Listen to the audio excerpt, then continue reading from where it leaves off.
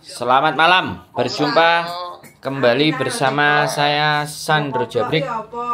Wong ganteng sakdonya. Mohon untuk tidak menyebutkan nama dan identitas dalam percakapan ini karena percakapan ini saya naikkan dalam konten YouTube. Siap.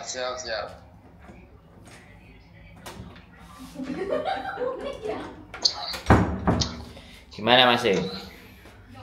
Ya, sebelumnya terima kasih ya Mas ya sudah merespon. Jadi pengalaman yang saya mau minta saran ataupun bantuan dari Mas Sandro selaku orang yang mungkin dikenal oleh para BMI bisa membantu lah ya.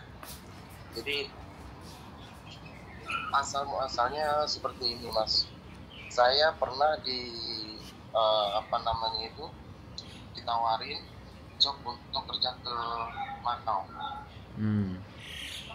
Nah, posisi saya itu masih bekerja di Indonesia, itu masih bekerja sebagai funny di salah satu perusahaan yang ada di Indonesia, tepatnya di Sulawesi. Itu dia tawarkan melalui teman saya. Setelah saya sudah masuk, teman saya yang ngasih informasi itu pun nomor dia blokir, nomor saya diblokir tentang informasi job Macau tersebut.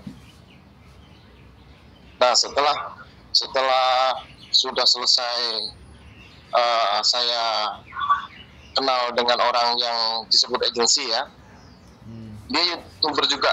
Dia juga YouTuber juga. Saya cari di informasi itu dia seorang YouTuber juga. Nah, itu saya tanya sebelumnya karena saya kan tidak tahu untuk progresnya atau step by stepnya untuk bekerja ke Macau itu seperti apa ya Mas Andro ya. Siap. Nah, pada akhirnya saya itu bertanya secara detail. Nah, akan tetapi dengan tanda kutip di sini saya jujur sama orang tersebut kalau saya tidak mempunyai uang yang seperti yang dia mau. Kalau nggak salah itu waktu itu dia minta kurang lebih 60 juta, ya kan? Nah, setelah saya sudah komunikasi, ya kan, saya coba itu komunikasi melalui chat. Saya jarang sekali untuk telepon, ya kan, karena saya juga takut gitu Mas ya, untuk melakukan itu sebenarnya. Tapi karena ada keyakinan bahwa misalnya dia bisa bantu, akhirnya saya bilang sama dia itu saya cuman ada separuh, bisa apa tidak untuk bantu saya kerja di perusahaan tersebut ataupun di negara Macau. Dia bilang bisa, dan itu pun bisa potong gaji. Dia usahakan lah, pokoknya semaksimal mungkin dia usahakan. Nah, dengan berjalannya waktu, proses itu ada kurang lebih 1 bulan. Dia janjikan 2 minggu, 3 minggu, 4 minggu, sampai 1 bulan, sampai mau 2 bulan, ya kan. Nah, itu tidak ada berkelanjutan gitu Mas. Jadi kayak semacam tunda-menunda gitu, ya kan. Nah, setelah sudah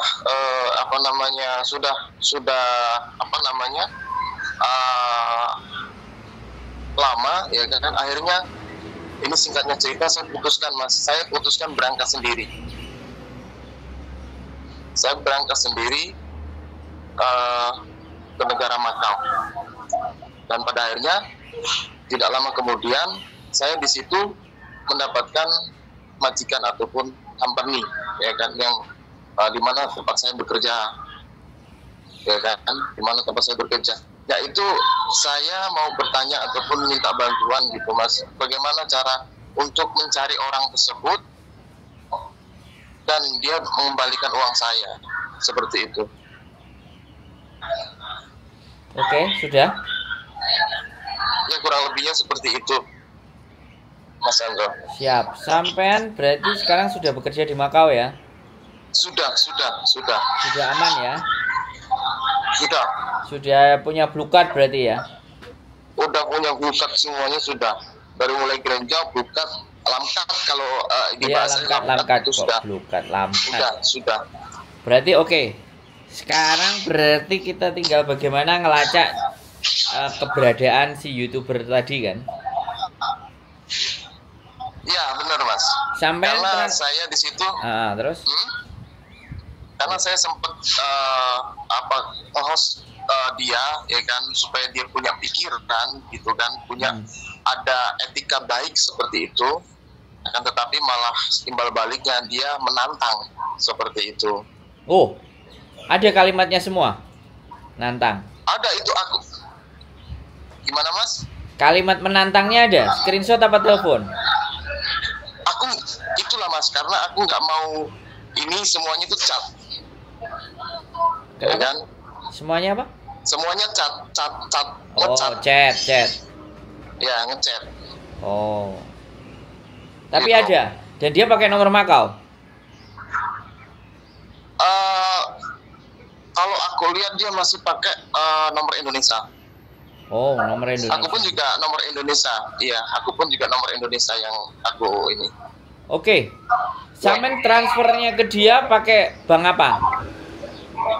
Saya Indonesia BCA. Hongkong. BCA. Masih di Indonesia itu BCA. Terus ada namanya? Nama dia, semuanya nama dia. Wah, sip.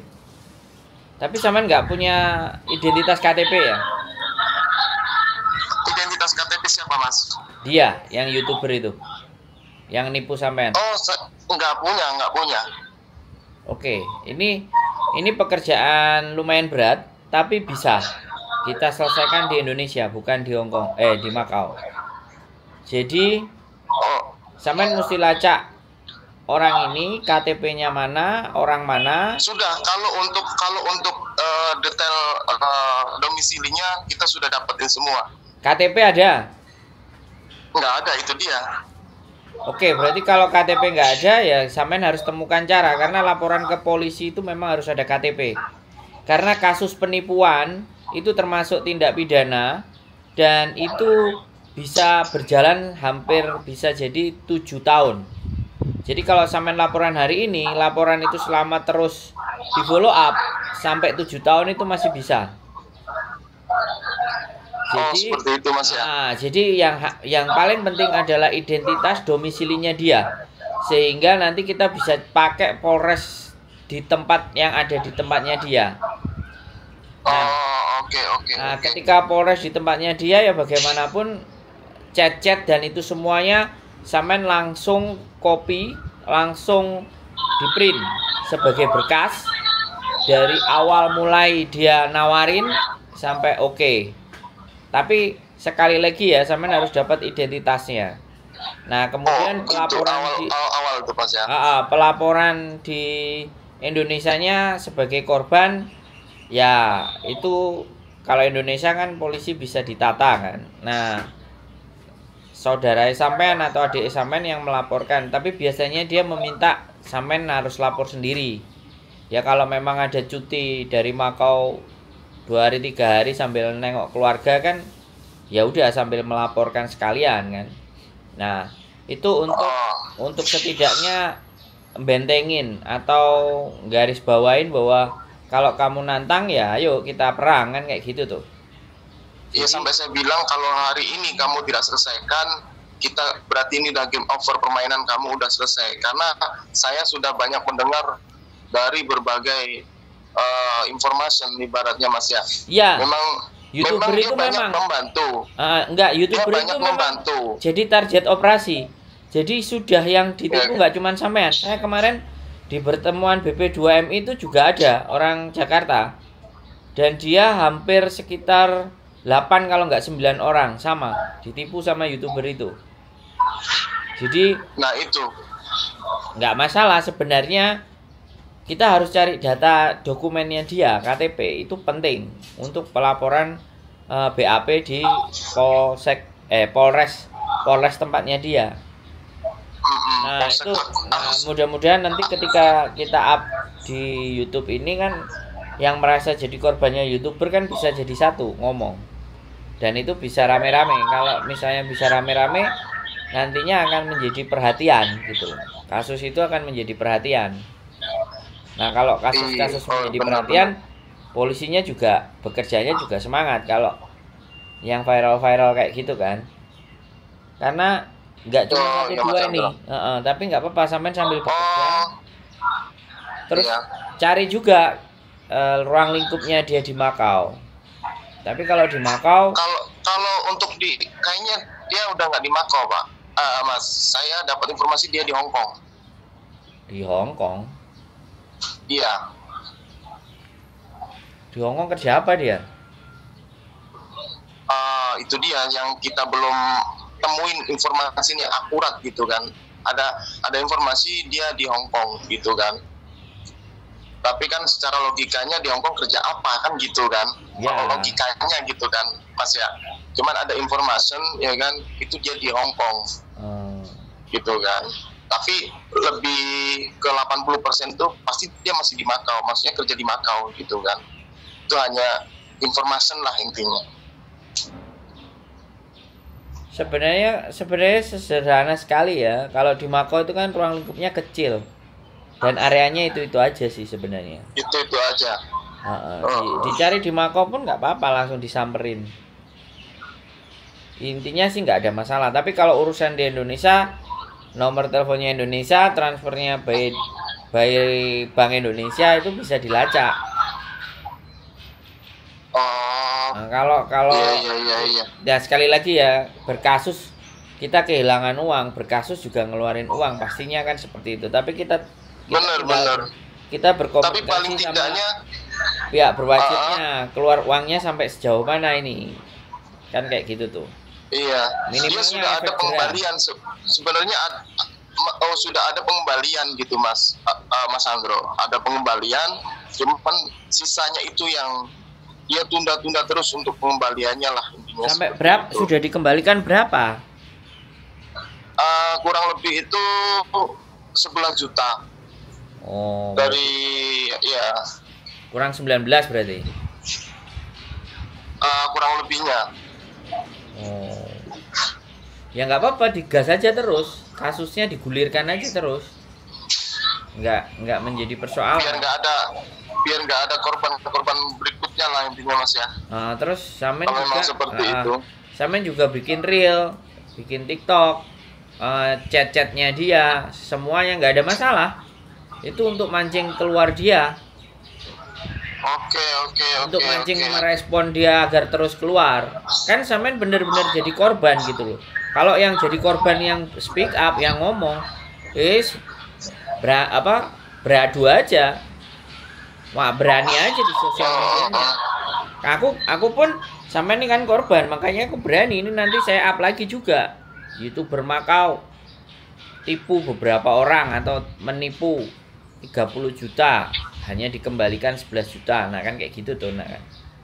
Nggak ada masalah. Jadi hal-hal yang buruk itu agar supaya yang lain bisa berhati-hati juga. Bahkan saya juga harus berterima kasih sama Samen, mau bercerita bahwasannya kehilangan, dan sebenarnya nasib Samen sekarang pun sudah bekerja di Makau, sudah dalamkan. Ini kan sesuatu yang istimewa, rezekinya dibalikin cepat sama Gusti Allah kan. Mbak, iya Mas, makanya itu saya bingung gitu kan dengan progres yang dia jelaskan ya kan, karena saya memang nggak tahu sama sekali Mas ya, nol sekali. Bahkan ibaratnya saya kesini pun katanya ada bayar agensi, saya nggak bawa uang sama sekali Mas, ya kan, saya nggak bawa uang sama sekali. Setelah saya dapat bos, ada majikan saya dari Indonesia, orang rumah saya suruh transfer buat bayar agensi itu, ya kan. Iya benar, saya kesini cuma bawa uang 5 juta kalau Mas Andro pengen tahu gitu kan. Saya cuma bisa buat booking hotel, booking pesawat pulang pergi, ya kan. Habis itu saya cari kerja 3 hari, saya dapat majikan, dapat bos company, ya kan. Seperti itu. Jadi jauh sekali dengan progres ataupun step by stepnya yang dia jelaskan gitu kan, dia sampaikan. Bahasanya seperti itu, ya kan. Nah, cuman waktu itu kan karena saya itu memikirkan hal-hal lain. Kenapa saya bilang saya cuma punya dana sekian, kan seperti itu, ya kan. Kalau memang bisa bantu, oke, kita lanjut proses. Kalau nggak bisa bantu ya sudah, gitu kan. Tapi setelah dia bilang oke, mau bagaimanapun caranya dia mau bantu, pada akhirnya amsyong, gitu kan. Sampai saya berangkat sendirilah intinya. Bagus itu sebenarnya sampean bikin channel, bikin konten, bikin reel, dan selalu saya tetap memburu orang ini ya. Itu juga pukulan telak, kena mental gitu loh. Kalau memang tidak ada etikat baik mau bikin, jadi sampean juga tetap bikin konten, di mana konten juga menceritakan bagaimana kondisi pekerjaan di Makau, bagaimana di Makau, terus bagaimana perjalanan sampean akhirnya nyampe juga di Makau. Jadi sekali terus kita nguber, sekali terus kita juga akan bikin konten yang bagus. Jadi jangan kayak saya dulu. Buat edukasi Mas ya. Nah, itu akhirnya buat edukasi ya, buat yang lain seperti itu lebih berhati-hati. Energi positif selain juga mewarning ya, sambil nyari dia, karena kita pasti akan keluarin hati-hati dengan manusia ini gitu loh, dengan modusnya dia. Terus sambil cari bahan konten lain, pekerjaannya sampean bagaimana di Makau, seperti apa kehidupan di Makau kayak apa. Jadi akhirnya netizen punya banyak pandangan, punya gambaran mana orang yang benar, mana yang enggak. Karena selama ini orang benar dan orang enggak itu absurd gitu loh. Orang sudah ngerasa netizennya banyak, subscribernya banyak, dimanfaatkan untuk melakukan penipuan-penipuan, melakukan hal-hal yang tidak baik. Makanya kita harus juga berusaha mengcover, artinya mengcounter attack. Saya sebenarnya juga seperti itu Mas, mengcounter attack. Jadi news become news, fight news. Jadi berita ya kita sebar juga berita. Nggak tahu sampai sejauh mana, intinya kan seperti itu. Jadi belum tentu subscriber banyak dan dia YouTuber terkenal tapi tidak menipu. Jadi kadang-kadang itu juga jadi perjuangan kita gitu loh, sambil tadi cari datanya di kepolisian, kabupatennya dia mana, masukkan BAP ke polisi. Nah, pegang itu surat BAP-nya, di follow up terus gitu loh. Jadi ditanyakan ongoing progress, nggak ada masalah. Kasus itu tetap bisa terbuka Mas. Kasus penipuan itu bisa terbuka, bukan 7 tahun ya, 12 atau 14 tahun kasus itu tetap bisa terbuka. Pidananya itu Mas ya? Masih terbuka. Kasus itu kalau belum sampai cabut, belum sampai tarik, bisa kebuka lagi gitu. Itu masih kebuka sebenarnya. Makanya itu kita kejar sampai sejauh mana nih orang. Apakah nggak pulang ke Indonesia? Karena di situ kami sudah ya sedikit maka dari informasi nih Mas ya, dari berbagai. Cuman ya tadi itu kata Mas Andu cuman KTP saja. Cuman kalau untuk lokasi rumahnya, ya kan, kediaman rumahnya, kami sudah tahu semua. Ya makanya cari info di desa. Jadi pelaporannya dari, yang paling penting kan kita harus melaporkan dulu ke kantor polisi, ada surat BAP-nya, baru ke kantor desa. Iya benar-benar ke kantor desanya. Jadi kalau sampai datang hanya laporan ke kantor desa, tidak ada laporan BAP dari polisi, maka orang desa juga kamu main ngarang-ngarang cerita. Tapi kalau ini dari polres, atas nama ini wargamu gini-gini melakukan seperti ini dan kami memburu orang ini gitu. Jadi kita punya tim sendiri. Nah, Polres ada sendiri, di situ ada sendiri gitu loh. Jadi kan dia pasti tahu dia warga mana gitu loh. Dan setiap pelaporan itu kontenin. Cari kamera, kontenin. Orang-orang yang misalnya tidak terlibat, ya sebagai kode etik blur aja. Tapi wajah kita saat melaporkan, ya kita wajahnya nggak apa-apa, kita melaporkan. Hari ini ayo kita datang ke kantor desanya si penipu tadi, ya kan? Si YouTuber penipu tadi, kita melaporkan, dan apa kita nanti bisa dengar respon dari sang kepala desanya kayak apa. Nah, kayak gitu. Jadi berita itu akan terus kita bawa ke atas. Sampai terus keluarkan itu beritanya semua.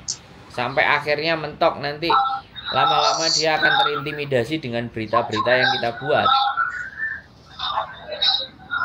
Jadi itu nggak ngeluarkan biaya gede kalau kayak gitu energinya.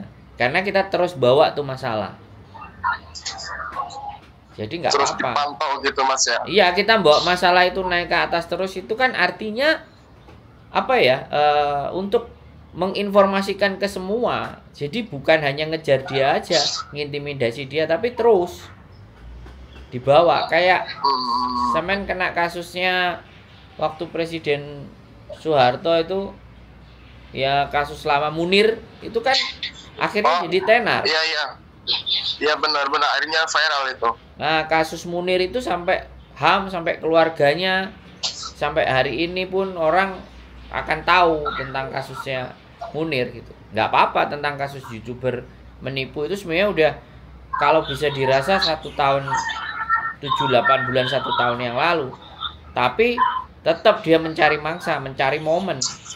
Di Hong Kong pun Mas, di Hong Kong pun bukan hanya itu. Makanya saya selalu ngonten juga. Saya juga memberikan edukasi, kalau kalian mau kerja di Hong Kong, usahakan kalian bisa bahasa Mandarin, bahasa Inggris. Kalian bikin KUCJK, lemparin aja semua ke agent. Jangan kasih orang, apalagi kalian bayar duluan. Benar. Nah, itu setelah saya rasakan setelah kerja di Macau. Nah, jadi kalau video kita itu nyebar ke agent, buktinya ada satu juga ex Taiwan, dia ngirimin videonya pakai bahasa Mandarin, diambil sama agent gede di Hong Kong, dan sekarang sudah kerja di perkebunan anggrek. Saya belum publish, tapi dia kemarin sudah datang ke sini. Kita belum ada waktu untuk ngobrol, untuk bercerita bagaimana cari pekerjaan yang benar. Walaupun memang biayanya sih kurang lebih ya antara 60 juta sampai 30 juta. Tapi sekali lagi ada bayarannya dia. Dia punya gaji 12.000 Hong Kong dolar, itu kan ya 24 juta kalau kurs sekarang. Iya Mas. Jadi 3 bulan 4 bulan pun juga mungkin uangnya dia bisa kembali gitu kan. Dia legal, dia punya KTP, ada kontraknya. Cuman kan yang saya sayangkan pembayarannya kenapa begitu besar, dan itu diminta oleh siapa? Kalau itu diminta sama agent atau diminta sama majikan atau diminta agent, ya kita bisa laporkan. Kalau dimintanya sama PT pun kita bisa laporkan. Tapi bisa laporkan. Itu Mas, awalnya karena saya tadi itu memang nol Mas ya. Dia mengaku sebagai ibaratnya mengaku sebagai agent gitu kan, atau ibaratnya intinya jasa lah gitu kan. Nah setelah kesininya dia bahasanya ke agent, berarti dia sebagai calo berarti kan Mas ya. Sebagai calo.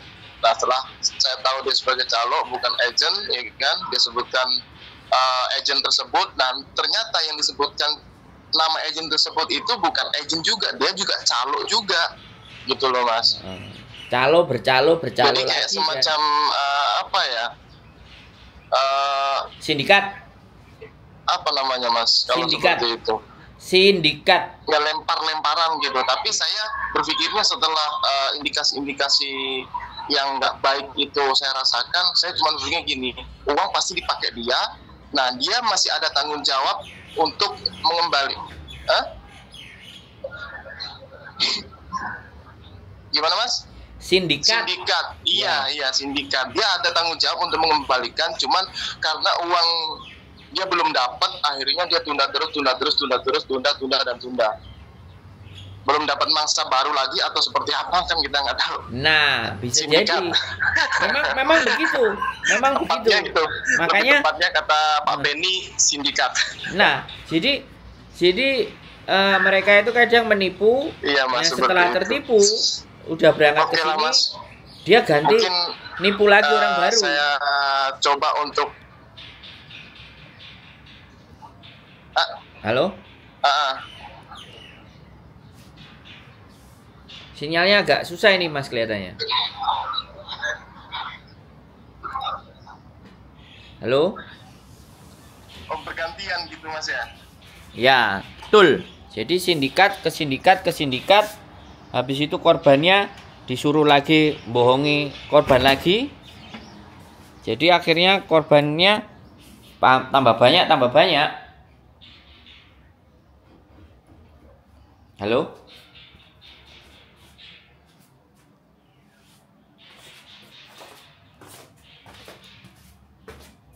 Halo? Wah iya, ternyata sinyal saya mati ya teman-teman.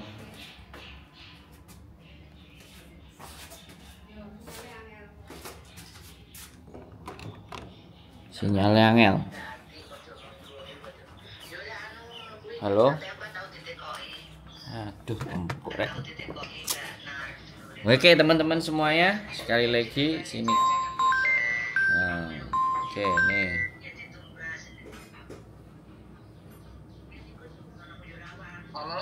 Ya. Oke, mohon maaf sinyalnya memang agak terganggu. Oke. Ya jadi begitu. Ini ya, nggak apa-apa, sorry. Jadi dia akan nipu lagi. Orang yang ketipu udah nyampe, diinfokan, terus disuruh nipu lagi. Jangan begitu terus akhirnya. Akhirnya tinggal nunggu siapa yang ketipu, siapa ketipu berikutnya. Makanya kalau buat sampean orang-orang yang nggak speak up, maka mereka akan seperti itu. Akan terus menipunya dia. Nggak akan berhenti gitu mas. Iya mas Andro. Makanya kan sampean harus naik ke permukaan dan membuat video-video konten. Ada yang kemarin ketemu di BP2M itu marah-marah banget. Jadi udah banyak, hampir 200-an juta apa 180 berapa gitu. Karena dia bawa temen juga. Wah sampai gitu, dia orangnya marah-marah. Orang timur tinggal di Jakarta. Terus kemarin waktu acaranya di BP2MI datang. Terus kita sempat ngobrol waktu makan siang. Sadis juga itu. Makanya kita harus hentikan orang-orang kayak gini nih. Dan yang bisa menghentikan sampean salah satunya sampean karena korbannya. Kalau bukan korban kan iya Mas Andro. Jadi seperti itu. Nggak apa-apa. Yang penting sekarang sampean sudah tahu. Sampean sudah tahu alurnya dan bagaimana menghandle ini kasus. Kalau memang bisa dilaporkan biar kasusnya naik dan kebuka. Nanti kalau sampean bikin konten lagi, ada 2-3 orang lagi ternyata merasakan hal yang sama, suruh laporkan juga. Jadi kalau di kepolisian itu, di Polres sudah ada lapor 15 orang, maka mereka akan menganggap itu potensi untuk dilacak gitu loh. Potensi. Iya, potensi. Potensi untuk dilacak. Mungkin kalau saya ada kawan korban yang bisa komunikasi dengan saya, mungkin kita bisa kerjasama. Iya, makanya itu. Untuk bisa gabungin itu semuanya kan harus naik ke konten semua. Harus naik ke sosial media. Jadi dengan bijak sampai menyampaikan, tidak penuh dengan emosi, tapi walaupun gitu sampai tetap dengan bijak cara menyampaikannya, maka korban-korban yang lainnya pun akan ini nggak terlalu berambisi, orangnya nggak teriak-teriak, nggak ngamuk-ngamuk. Kan ekspresi orang kadang-kadang beda-beda kan, tapi ini masih sampai stabil, masih walaupun tertipu sampai stabil, dan sampai sekarang juga udah dapat pekerjaan. Tapi ya sudah, nggak apa-apa, tapi ya siap-siap nanti respon lah. Sampai sudah baik, ada yang bilang ikhlaskan saja, atau yang sama seperti itu saja, itu nggak masalah. Tapi kan kita bukan persoalan mengikhlaskan, kita persoalannya adalah bagi orang-orang yang akan ditipu berikutnya. Nah, benar-benar Mas Andro. Di situ yang itu yang kita menyelamatkan, kita bisa menyelamatkan gitu loh. Benar-benar. Dan itu sesuatu yang menurut saya bagus. Kita punya attitude, walaupun kita pernah mengalaminya, kita naikkan ke publik agar orang lain tidak seperti kita nantinya. Karena nggak banyak Biar orang yang tidak bisa terjadi kayak seperti sampean kita. gini Mas. Dia mau bercerita, mau ngobrol, mau tentang masalah sehingga mengingatkan orang-orang yang setelahnya nanti apakah mereka akan terjerumus dan lebih berhati-hati. Nge-warning ini kan bagus. Begitu Mas. Iya Mas Sandro, siap. Oke, saya simpen nomornya sampean. Nanti ada kesempatan main-main ke Makau, saya ke Makau, atau sampean mau Siap Mas. main ke Hong Kong, yuk kita jalin silaturahmi yang baik. Terus kalau sampean mau memulai konten YouTube, channel YouTube, atau di Reel atau di TikTok, apapun itu terserah sampean. Yang penting terus bagikan hal-hal yang positif ke dunia, karena dunia hancur itu karena orang-orang baik kayak sampean ini diem. Dizolimi. Ya makanya kita naikkan supaya nggak diem gitu loh ya. Siap Mas Sandro. Terima kasih banyak Mas Sandro atas instruksinya, atas informasinya. Siap. Untuk saya. Saya juga senang nanti bikin konten bagaimana akhirnya jalannya sampai juga mendapatkan pekerjaan di Makau supaya mereka itu juga dapat pencerahan. Jalan yang benar dan tidak sesulit yang dia katakan, tidak semahal yang dia katakan. Betul. Seperti itu. Siap, itu yang saya sangat support. Makanya ada kesempatan tak simpen nomor sampean ya. Mohon jangan dirubah, nanti ke Makau saya cari sampean, kita ngobrol. Kabar-kabar. Ya. Siap Mas Andro. Sehat selalu Mas ya. Terima kasih Mas. Berbuat yang baik. Sehat selalu juga Mas Andro. Buat kita semuanya. Oke, sukses selalu Mas Andro. Yo, amin. Yo. Bye bye. Oke, bye bye. Luar biasa ya Masnya, ditipu, sekarang udah dapat pekerjaan hanya modal 5 juta di Makau. Sekali lagi tetap semangat dan keep stay tune my YouTube channel and see you next video. Bye bye.